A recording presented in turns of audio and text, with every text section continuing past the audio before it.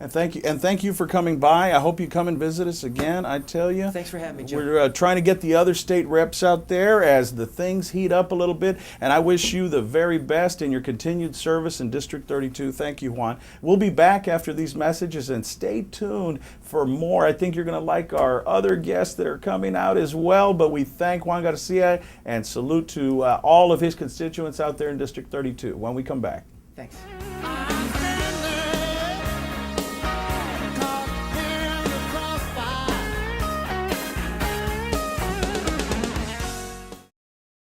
And welcome to the second edition of South Texas Crossfire, the second half.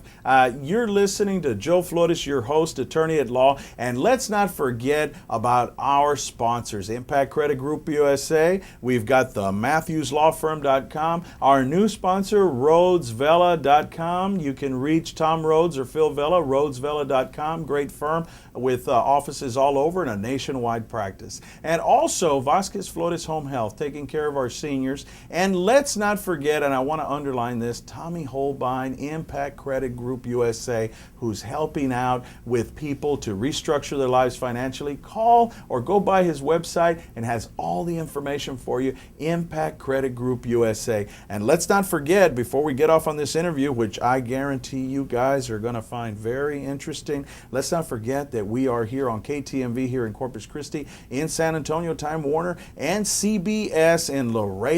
We've got Gabe over there, Channel 13. I want to say Gabriel Gonzalez doing a great job getting us out there. With me today, I have the publisher of Defenzor magazine, the editor and chief also, and also the webmaster of the new blog, eldefensor.blogspot.com. Homero, welcome. It's always an honor to be here, Joe. I mean, and it's never dull. You know, love him, hate him, but never ignore him, I tell you. And you know, a lot of people have this concept about you, Homero. Let's just jump in their feet first and tell it the way it is. Some people fear you. They're angry with you. Some people adore you. But, you know, the thing is, the real Homero, let me tell you my personal experience, nice guy, humble guy, raised from humble beginnings, and is doing a great job getting the alternative story out there for the media. Because we talked last time, Homero, the reason I have my show, the reason we have blogs, people are frustrated with the media. They feel that they're not getting the whole story. And I'm not trying to disparage the local newspapers or the San Antonio Express News or our TV stations. I think they do a great job, but they're limited. Sometimes it seems like they're a great moving giant that responds slowly to get out the story. And, you know, one of the questions I want to ask you before I go on and on is, I mean, you've been the publisher for what now, 12 years of Defensor magazine? Okay, and you know, Defensor newspaper, and what we have is also, you have now Defensor Radio on FM 93.5 here in Corpus. Yes, now we're going live on radio, and it's a new perspective, a new experience, because people get to listen to the stories, to the meat, to an abridgment of everything that's going on in El Defensor.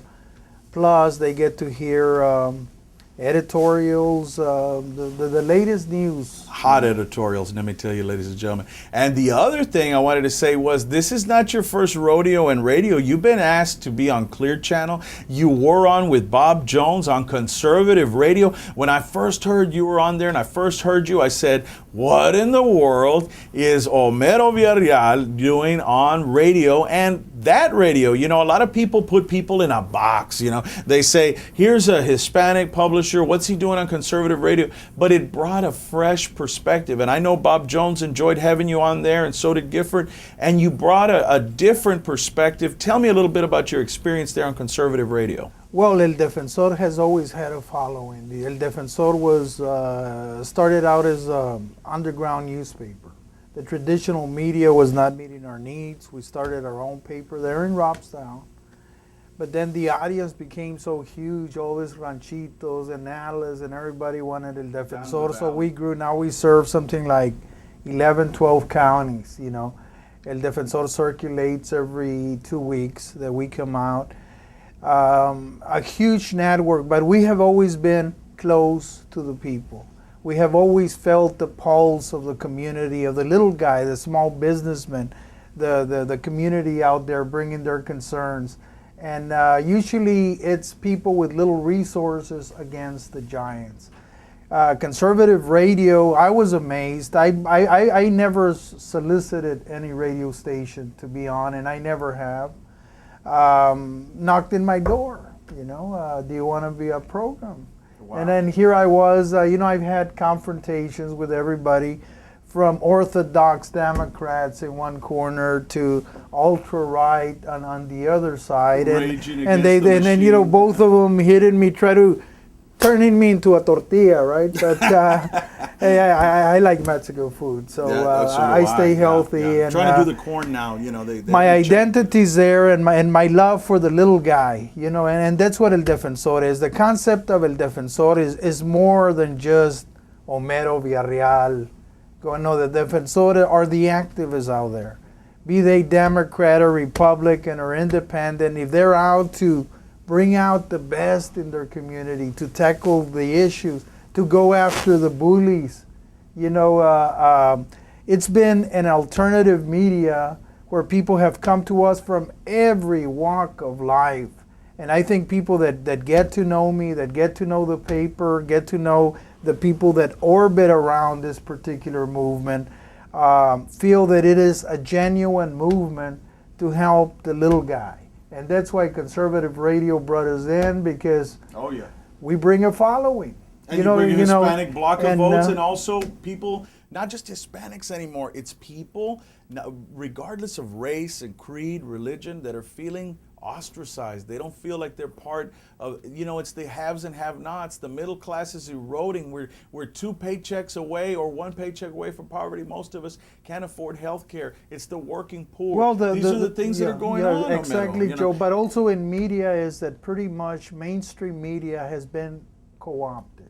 By that I mean the advertisement dollars and the big guys that get all these contracts with the city or the county pretty much influence media. It's understood, we'll advertise in your paper. Remember, what keeps a newspaper going is not the amount of newspapers you sell. The lifeblood is the advertisement. That's what, a paper can be free. It's the advertisement that's going to pay the bills. And that's your latest edition. And that's our latest edition. The hardest story is, I interviewed some top Republicans. They admit that the main target is not Mauricio Celis, but the Democratic Party. And I'm gonna touch. Yeah, we're gonna get into that big time here in the time that we have. Let me ask you one thing, and I think you touched on it. It was, you're there for the little guy to fight against the bullies. People don't know who you are as far as your background and where. I touched on it a little bit. Tell us a little bit about how you were raised and growing up, and tell us about why you do this.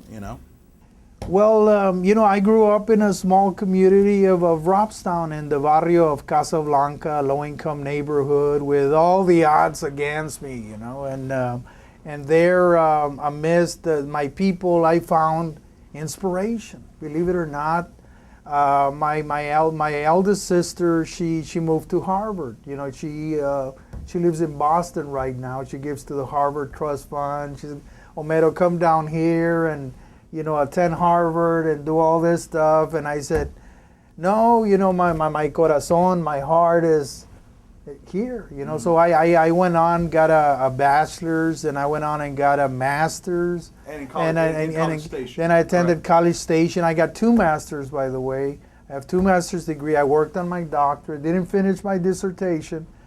Had a little a crisis at that time. But I finished most of my coursework, and that's when I started on El Defensor, and a beautiful experience, being one, not doing for the people, but being one with the people, next to the people. If activists come to me, hey, let's get the job done.